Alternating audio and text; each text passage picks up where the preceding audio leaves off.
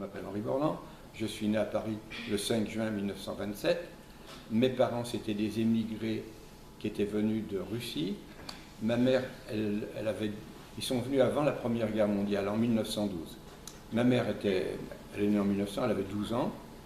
Elle avait deux petites sœurs et elle est venue avec ses parents, donc, et les trois gamines. Ils venaient d'une région qui faisait partie de l'Empire des Tsars, de la Russie d'avant la Révolution. Et mon père, lui, venait de la région d'Odessa. Alors, la ville d'où venait ma mère, ça s'appelait Kishinev, et c'était la Bessarabie à l'époque. Donc c'est un pays qui est proche de la Roumanie, qui en fait partie des fois pas. À l'époque, c'était la Russie. Bon, mon père, lui, Odessa, c'est l'Ukraine aujourd'hui. Mais bon, ça a fait partie de l'Union soviétique et de la Russie des Tsars. Ceci pour vous dire qu'ils parlaient tous les deux le russe, et ils parlaient le yiddish, qui est une langue que parlent les Juifs d'Europe centrale, qui est un peu dérivée de l'allemand.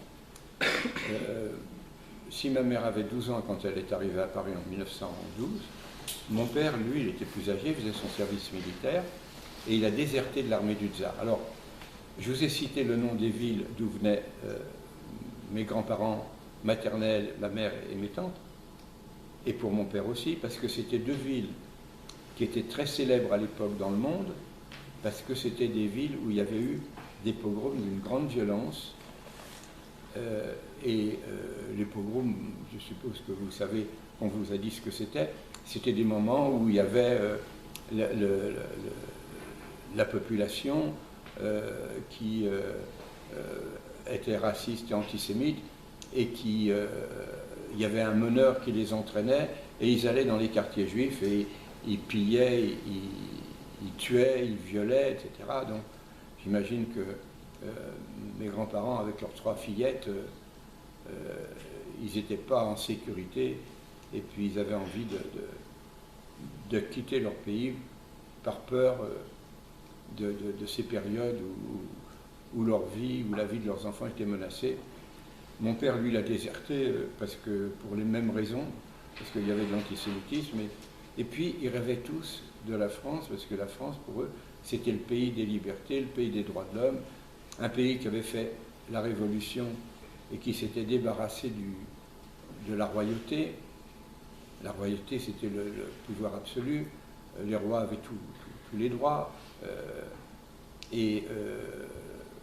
la France, elle avait conquis cette liberté, et ils savaient par d'autres qui avaient quitté le pays et qui leur écrivaient qu'un juif en France, il pouvait obtenir la nationalité française s'il la demandait, si c'était accepté, et il avait les mêmes droits que tous les autres. Il avait les mêmes droits, il était un citoyen à part entière, c'est-à-dire qu'il pouvait voter, il pouvait même être élu, et ils avaient tous entendu parler du procès qui avait été fait à un officier français qui avait été accusé d'avoir trahi, et puis il y avait la moitié du pays qui avait défendu ce colonel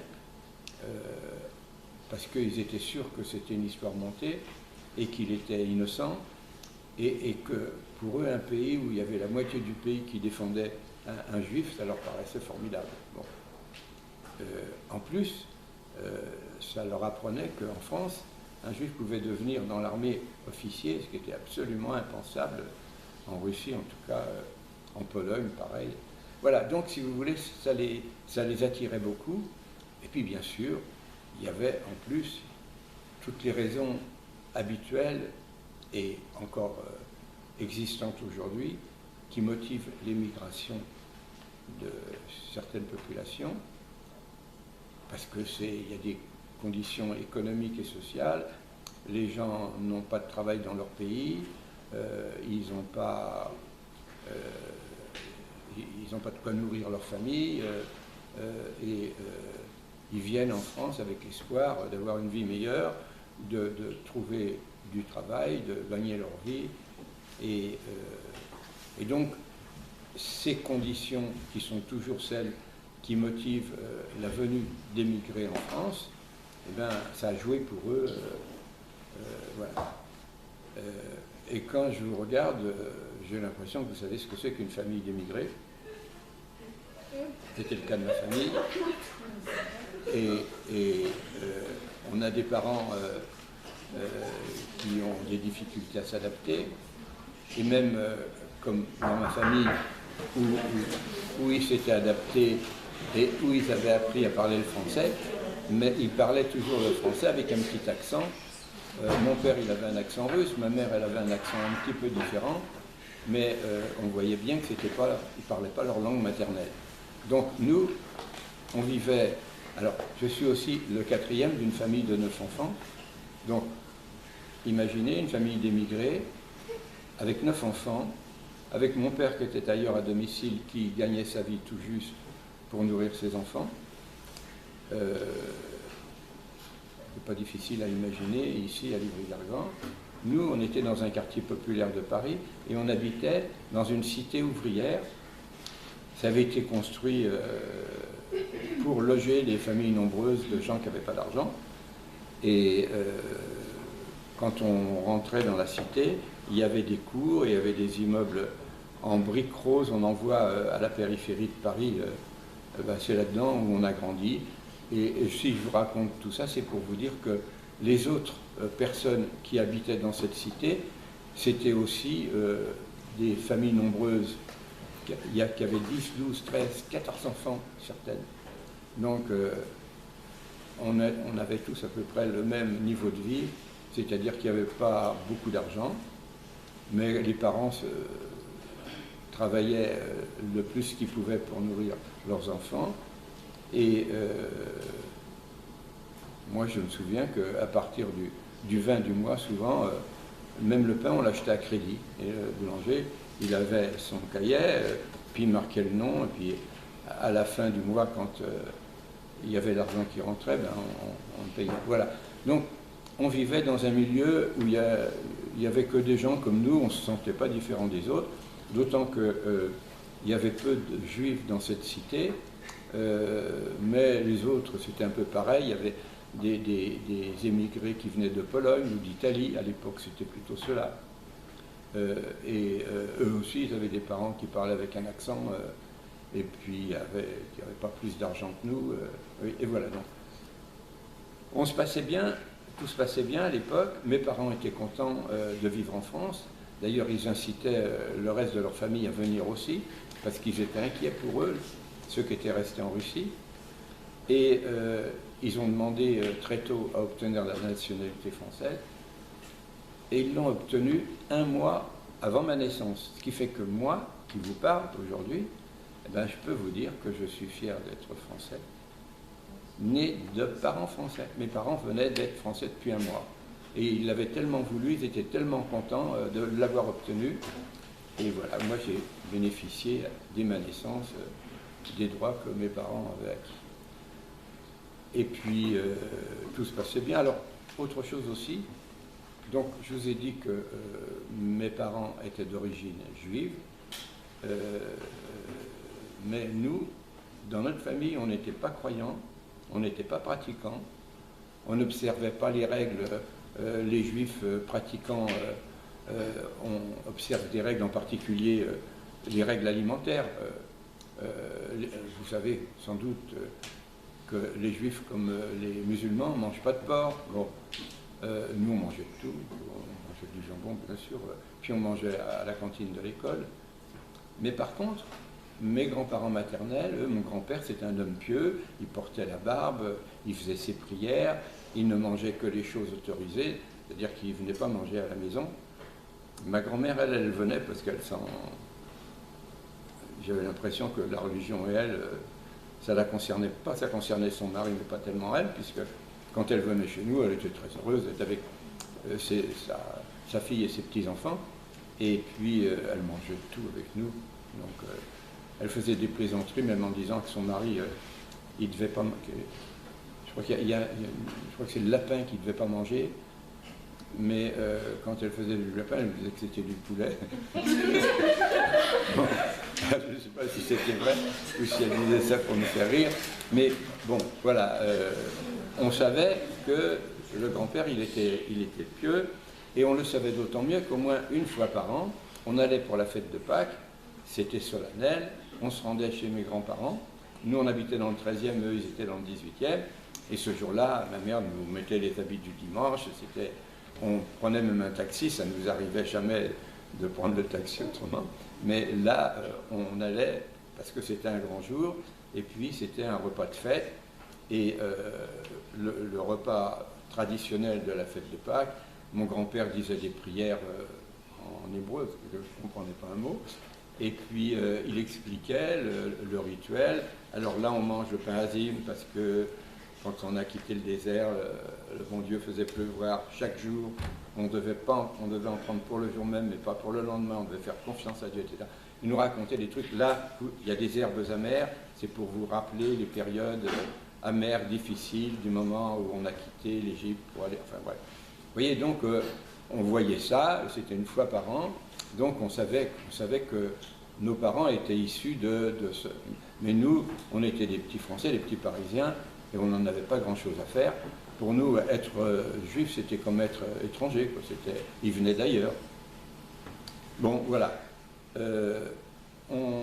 Tout se passe bien, on est heureux, et puis comme, bon, je suppose que vous, il y en a parmi vous qui sont aussi enfants de familles nombreuses, ben, dans les familles nombreuses, souvent, il y a beaucoup d'amour, il n'y a pas beaucoup d'argent.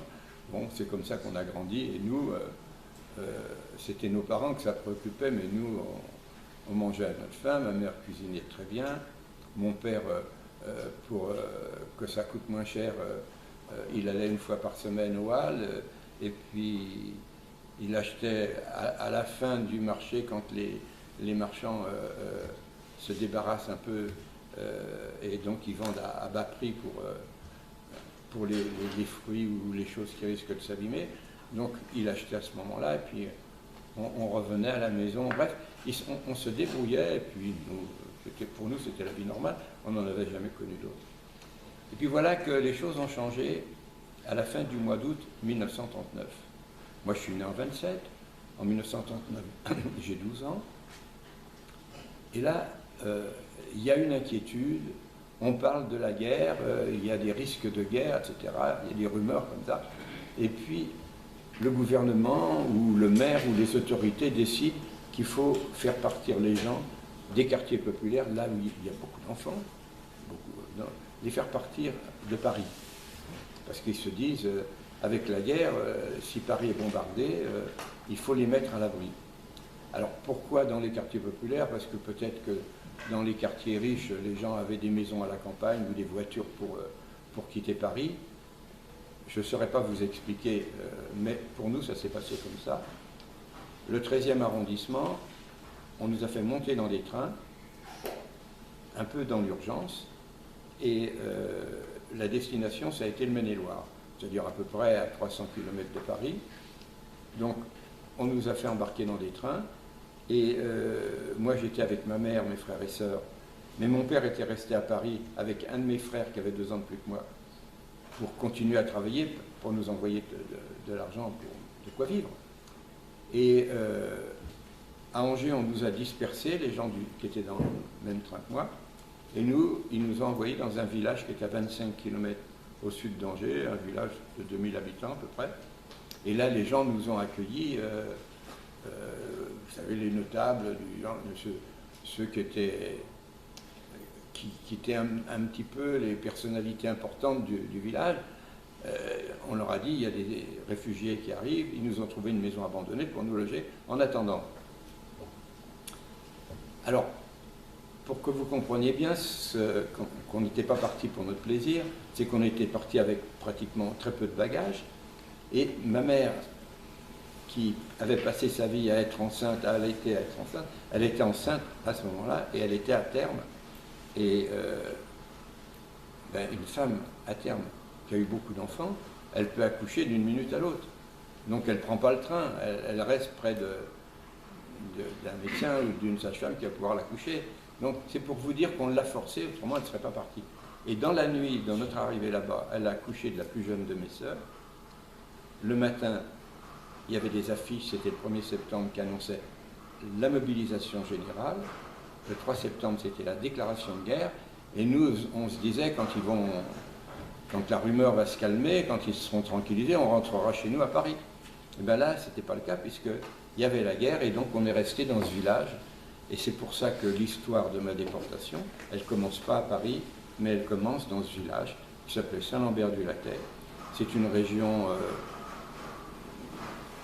qui est connue pour ses vignes. On y fait un très bon vin de qualité.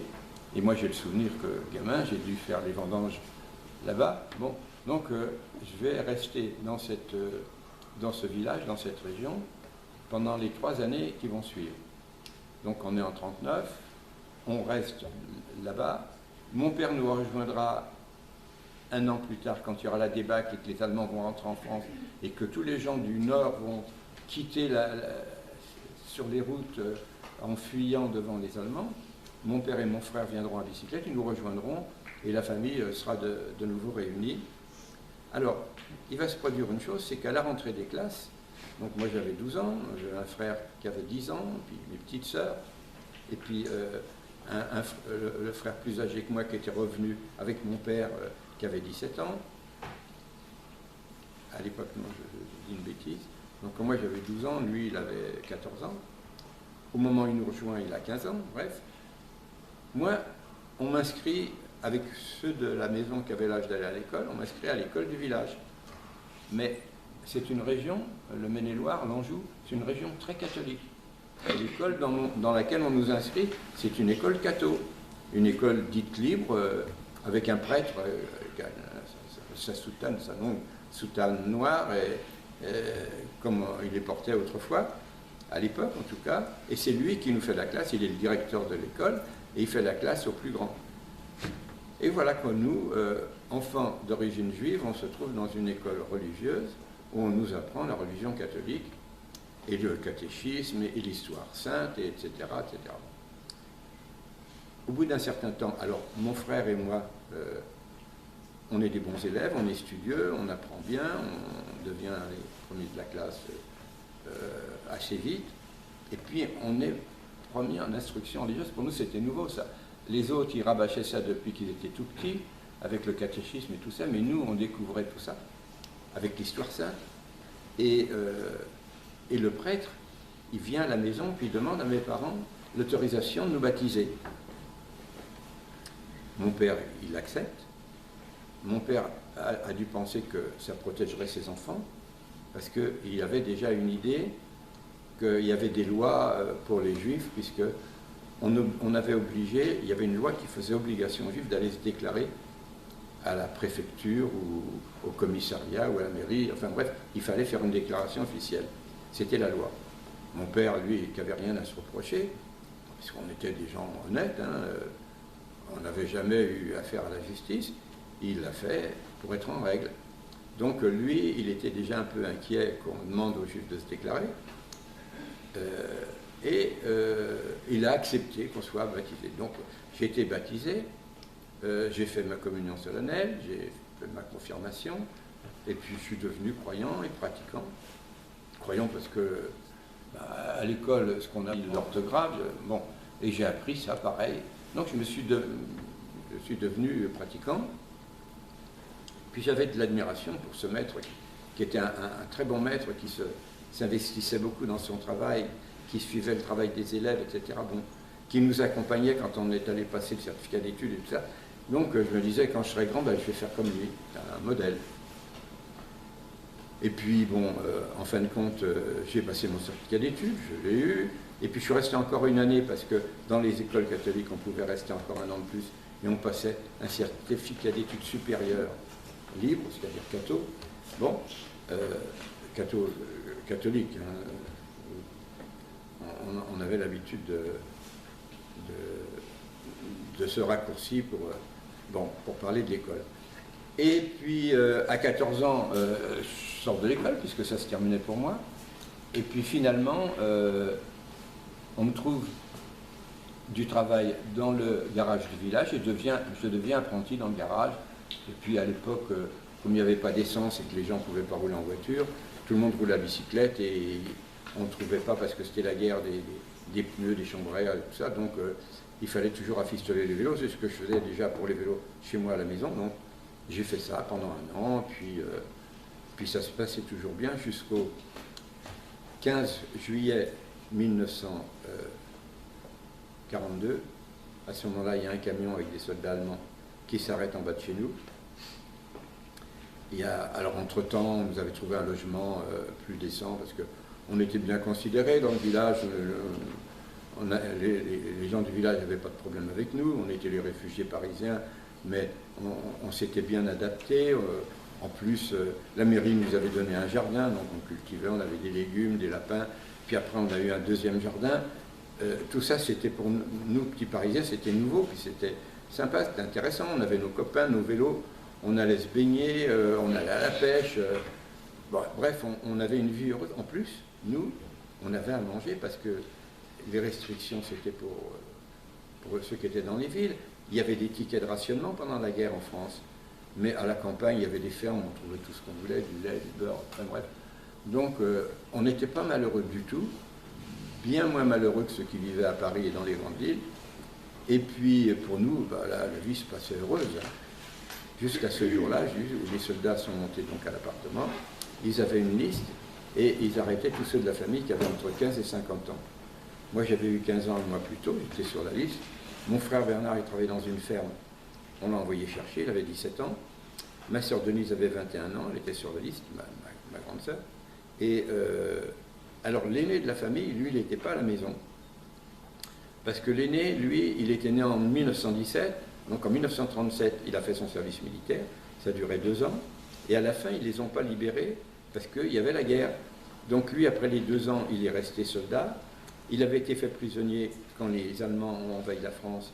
Il a été fait prisonnier en Belgique, il a passé 1 an dans un camp de prisonniers en Allemagne, et puis il a été libéré au bout d'1 an comme aîné de famille nombreuse, comme soutien de famille. Et puis lui, il est passé tout de suite dans la clandestinité, dans la résistance, et puis j'en parlais tout à l'heure avec vos enseignants, il est devenu officier sous les ordres du colonel Fabien.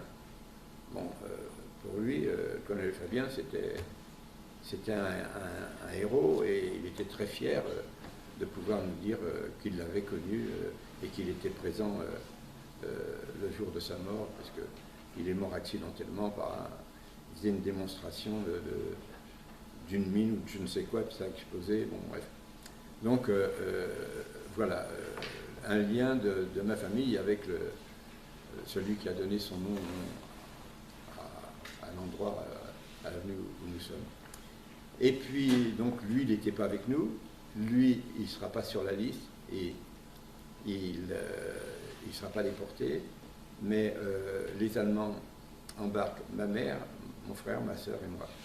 Alors ma mère, elle avait 42 ans, mon père avait 54 ans, donc il n'était pas sur la liste, puisque c'était seulement jusqu'à 50 ans. Mais on arrête ma mère. Ma mère, c'était une femme que j'avais toujours vue ou être enceinte ou en train d'allaiter ses enfants. Elle s'occupait de son mari, elle l'aidait dans son travail, elle faisait les finitions. Les finitions, c'est-à-dire que lui, il travaillait à la machine, il faisait les vêtements, et puis elle devait coudre les boutons, enfin bref, elle faisait des petits boulots pour l'aider dans son travail. Et puis elle s'occupait de ses enfants, puis elle faisait la cuisine, et puis elle nous gâtait, puis bref, on était les amours de sa vie. Enfin, c'est pour elle, elle se consacrait entièrement à ses enfants. Et puis moi, j'avais vu au fil des grossesses, comme souvent c'est le cas dans les milieux populaires, elle prenait du poids à chaque grossesse. Puis elle avait un certain degré d'obésité, donc elle avait un excédent de poids notable. Et puis elle avait autre chose. Aujourd'hui, je suis médecin. À l'époque, je voyais bien ce qui ne allait pas, mais aujourd'hui, je sais exactement ce qu'elle avait. Quand on marchait avec elle dans la rue, tous les 100 mètres, il fallait qu'elle s'arrête. Alors, elle faisait semblant de regarder la nature ou les affiches dans Paris, etc. Mais en fait, elle s'arrêtait parce qu'elle avait de l'asthme et qu'elle manquait d'air, elle avait une insuffisance respiratoire. Bref, elle n'était pas en bonne santé. Et moi, j'adorais ma mère. Bon, c'est banal, hein, il y a un gamin de 15 ans qui a une mère en difficulté, puis c'est-à-dire que c'était plutôt mon genre, j'étais bon élève, j'étais studieux, j'avais toujours une bonne note en conduite, j'étais pas bagarreur, j'étais plutôt trouillard quand les garçons se bagarraient, moi je me tenais à distance. J'avais 5 sœurs à la maison, je vivais dans un climat... voilà, j'étais pas le genre de garçon bagarreur, etc. Et puis j'étais près de ma mère, quand elle avait besoin de quelque chose, elle me demandait. Moi, parce que je disais toujours oui pour lui faire plaisir. Vous savez, dans les familles nombreuses, il y a toujours des courses à faire, les ordures à descendre, essayer d'aider à essuyer la vaisselle, des petites choses comme ça, quoi. Et puis voilà qu'on s'en prenait à ma mère. Pour moi, c'était la fin du monde, c'était une injustice, c'était pas possible. Et puis je me demandais ce qu'elle allait devenir, parce que nous, on croyait qu'on nous arrêtait pour nous envoyer travailler en Allemagne. À aucun moment, on a imaginé la vérité.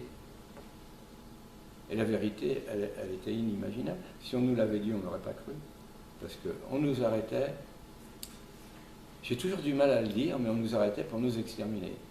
Que le but du voyage, c'était les chambres à gaz et les fours crématoires. Donc ça, on ne pouvait pas l'imaginer. Alors donc on se disait, c'est pour eux.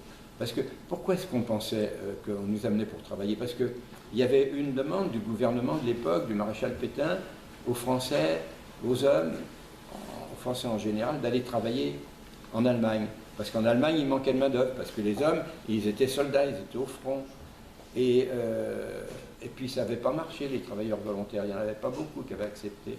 Alors après, ils ont fait ce qu'on appelait le STO, le service du travail obligatoire. C'est-à-dire que les Français étaient obligés de partir quand ils avaient l'âge de travailler.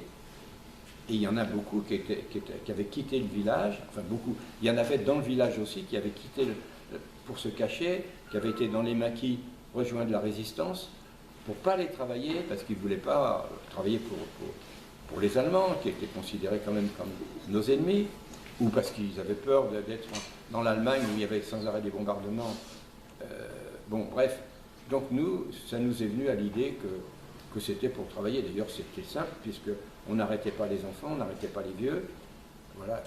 Et moi, je me disais, mais qu'est-ce qu'ils peuvent faire à ma mère? Des travaux de force, des travaux forcés, des travaux dans les champs, tout ça. Elle ne peut pas, elle n'est pas en état de le faire. Rien que pour la faire monter dans le camion, c'était déjà un problème. Enfin voilà, moi j'étais terrorisé, pour moi je vous dis c'était la fin du monde, on s'en prenait à ma mère et puis on était quand même innocents, on n'avait rien fait, on n'avait pas contredit nos lois, on mettait personne en danger. Ben oui, c'était quand même très injuste tout ça. Et puis on nous fait monter dans le camion, alors c'est vrai qu'ils étaient pressés parce qu'ils avaient d'autres familles à rafler. Sur le trajet pour aller du village jusqu'à Angers, où on allait nous enfermer, il y a 25 km, mais eux, ils avaient des adresses, ils s'arrêtaient, ils ramassaient une autre famille, etc. Et puis, quand on est arrivé à Angers, ils nous ont amenés au grand séminaire d'Angers.